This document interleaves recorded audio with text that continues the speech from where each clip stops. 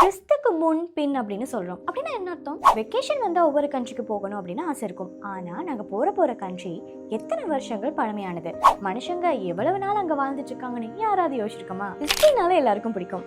நான் இந்த ஹிஸ்ட்ரி பாடத்தை படிச்சு பாடமாக்கி எக்ஸாம்ல எழுதுறத பத்தி எல்லாம் சொல்லலைங்க, அது எனக்கு வராது, அதை விட்டுருவோம். ஹிஸ்ட்ரி பற்றிய சுவாரஸ்யமான விஷயங்கள் தெரிஞ்சுக்கிறதுக்கு எல்லாருக்கும் பிடிக்கும். நம்ம நாடுகள் பத்தி நிறைய விஷயங்கள் தெரிஞ்சுக்கலாம். ஆனா அந்த நாடு எவ்வளவு பழமை வாய்ந்தது அப்படிங்கிறது யாருக்கும் தெரியாது, நினைச்சு பார்க்கவும் மாட்டோம். ஸோ இந்த வீடியோல டாப் 21 ஓல்டஸ்ட் கண்ட்ரிஸை எக்ஸ்ப்ளோர் பண்ணலாமா? வணக்கம், வந்திருக்கு நமஸ்காரம். இது தக்ஷி சவலதிகாரம். டாப் 5, டாப் 10, டாப் 25 எடுக்கலாம். அது என்ன டாப் 21 அப்படின்னு தானே யோசிக்கிறீங்க? வீடியோவை கடைசி வரைக்கும் பாருங்க, உங்களுக்கே புரியும்.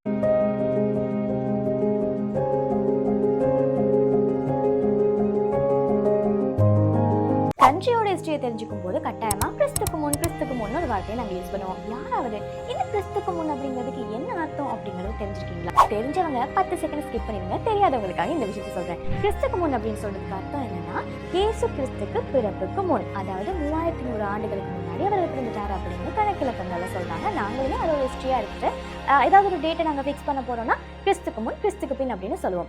அதாவது கிறிஸ்துக்கு முன் 3100 ஆண்டுகள் அப்படிங்கிறது இன்னையிலேருந்து பார்க்கும்போது 3100 இல்லைங்க, இப்போ நாங்கள் 2000ஆம் ஆண்டுகள்ல இருக்கோம். ஸோ கிறிஸ்துக்கு முன் 3100னா 2000 + 3100 5100 ஆண்டுகளுக்கு முன்னாடி. ஸோ இதை ஷார்ட் அண்ட் ஸ்வீட்டாக சொல்லணும் அப்படிங்கிறதுக்காக கிறிஸ்துக்கு முன் 3100ன்னு சொல்லிடுவாங்க. இதை எப்போ வேணாலும் நீங்கள் சொல்லலாம். நீங்கள் இருக்கிற ஆண்டுலேருந்து அது கணக்கு பண்ணீங்கன்னா சரி. நம்பர் 1ல இருக்கிறது ஈஜிப்ட். இதோட ஹிஸ்ட்ரி கிறிஸ்துக்கு முன் 3100லேயே ஆரம்பமாகிடுச்சு. பிரபுக்களின் நகரம் அப்படின்னு சொல்லுவாங்க.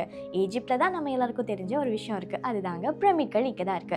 அது மட்டும் இல்லை, எழுத்து முறைமையிலேயே பழமையான எழுத்து முறைமை ஆரம்பமானது ஈஜிப்ட்ல தான். இரண்டாவது பழமையான நகரம் ஈரான். கிறிஸ்துக்கு முன் 3000 ஆண்டுகளுக்கு முன்னாடியே ஆரம்பிச்சிருக்கு. ஃபர்ஸ்ட் மெயில் சிஸ்டம் இங்க தான் ஸ்டார்ட் ஆச்சா. அது மட்டும் இல்லாம மிக பழமையான மதமும் இங்க தான் இருக்கு. மூன்றாவது பழமையான நாடு இந்தியா. கிறிஸ்துக்கு முன் 2500ல ஆரம்பமாகுது. சிந்து நாகரிகம் படிச்சிருக்கோம்ல. யோகா, ஆயுர்வேதம் எல்லாமே இங்க தான் ஸ்டார்ட் ஆச்சு. உலகத்திலேயே ஃபர்ஸ்ட் யூனிவர்சிட்டி நாலந்தா இங்க தான் உருவானுச்சு. நான்காவது பழமையான நாடு சீனா.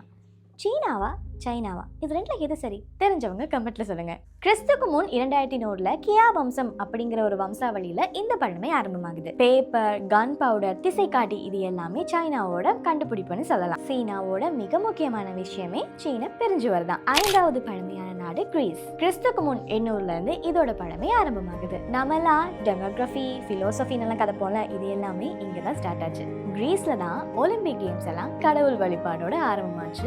இப்ப வரைக்கும் எல்லாரும் கொண்டாடப்படுற விளையாட்டாவும் இது மாறி இருக்கு. ஆறாவது பழமையான நாடு ஜப்பான். கிறிஸ்துக்கு முன் 660ல ஜிம்மு மன்னன் அப்படிங்கிறவரால இந்த பழமை ஆரம்பமாகுது. இம்பெரியல் ஃபேமிலி, அதாவது அரச குடும்பம். உலகத்திலேயே மிக நீண்ட வம்சம் கொண்ட அரச குடும்பம் ஜப்பான்ல தான் ஆரம்பமாகிருக்கு. ஜப்பான்னாலே நிறைய விஷயம் ஃபேமஸ் தான். அதுலயும் ரொம்பவே ஃபேமஸா சொல்ல வேண்டியது சாமுராய் கல்ச்சர். அதோடு சேர்த்து நிலநடுக்கத்தை தாங்கக்கூடிய கட்டிடங்கள் இங்க ரொம்பவே ஸ்பெஷல். ஏழாவது பழமையான நாடு எத்தியோப்பியா. இதோட பழமை கிறிஸ்துக்கு முன் 980ல ஆரம்பமாகுது. நம்ம எல்லாருமே காஃபி பிடிக்கும்ல, இந்த காஃபி ஃபர்ஸ்ட் டிஸ்கவர் ஆகுறது இங்க தான். ஆக்ஷம் அப்படிங்கிற பழமையான ட்ரேட் சென்டர் இங்க இருக்கு. எட்டாவது பழமையான நாடு கிபி 301ல இது ஸ்டார்ட் ஆகுது. கிறிஸ்தவ மதத்தை ஸ்டேட் ரிலிஜனாவே அக்செப்ட் பண்ண ஒரு நாடு. உலகத்திலேயே பழமை வாய்ந்த தேவாலயம் இங்க தான் இருக்கு. ஒன்பதாவது பழமையான நாடு சான் மரீனோ. கிறிஸ்துக்கு பின் 301ல இதோட ஹிஸ்டரி ஆரம்பமாகுது. உலகத்திலேயே பழமையான குடியரசு நாடு இதுதான். இதுக்கு காரணம் என்ன தெரியுமா? கிட்டத்தட்ட 1700 ஆண்டுகளுக்கு மேலதிகமா இந்த நாடு சுதந்திரமா இருந்திருக்கு.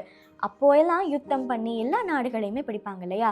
ஆனா இந்த நாடு மட்டும் கிட்டத்தட்ட 1700 ஆண்டுகள் எந்த ஒரு அரசாங்கத்தாலும் எந்த ஒரு மன்னனாலும் ஃபைட் பண்ணி வென்று பிடிக்க முடியலையா. அதனாலதான் உலகத்திலேயே பழமையான ரிபப்ளிக் கண்ட்ரின்னு சொல்றாங்க. 10வது பழமையான நாடுல இஸ்ரேல் அண்ட் பாலஸ்தீன் இருக்கு. கிறிஸ்துக்கு முன் 1200ல இவங்களுடைய பழமை ஆரம்பமாகுது.